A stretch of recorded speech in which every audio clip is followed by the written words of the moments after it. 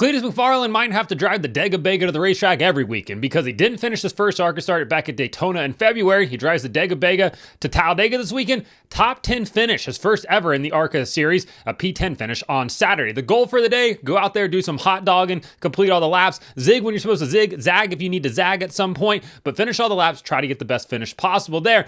And he did just that. But if you're watching his onboard camera on the NASCAR YouTube channel, which had 70,000 viewers at one point, turns out having a personality is actually good for attracting an audience. Who knew? You would hear at one point, pretty early on in the race, the engine tone change in that race car, and that's because something went wrong internally. They brought the car down pit road. We're hoping that it was a plug wire. It was not. It was something internal. After the race, Cleetus said that the Ilmor guys came over, took the valve cover off of it, and said that valve spring number 6 broken in half. Not ideal there, but he still managed to get a P10 finish using the draft. Learn a ton about the draft there. This probably more than he learned with the Dega-Bega trying to draft it down the highway there. Regardless, the Bald Eagles were screaming. Well, it's like 7.5 of them. And they took him to a top 10 finish, and he gave an all-time interview after the race. I thought we were done. Ilmor, the engine guys just came over here, pulled the valve cover off. Number 6 valve spring is broken in half.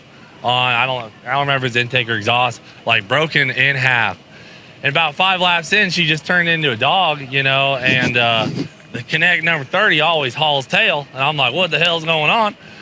Got my foot stabbed in her. I'm telling you, they're getting on the radio like, keep your momentum. I'm like, brother, this sucker's wide open. You know what I'm saying?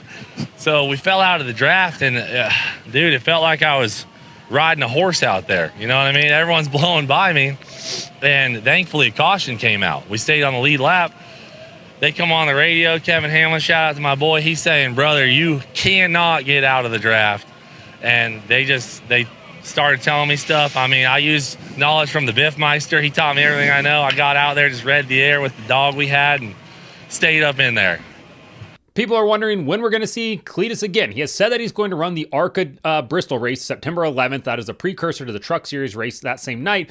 But he also said after the race in his interview with Fox that he and Biffle, the Biffmeister as he refers to him, talked about trying to get back out here for the fall race. That means he's going to have to either enter the Truck Series or the Xfinity Series. And we know Rhett Jones Racing has really fast Xfinity cars if they wanted to enter him in that, pending NASCAR approval, of course. Regardless, having Cleetus involved in the sport is a good thing, brings a lot of new eyeballs and a younger audience, which NASCAR desperately is trying to attract.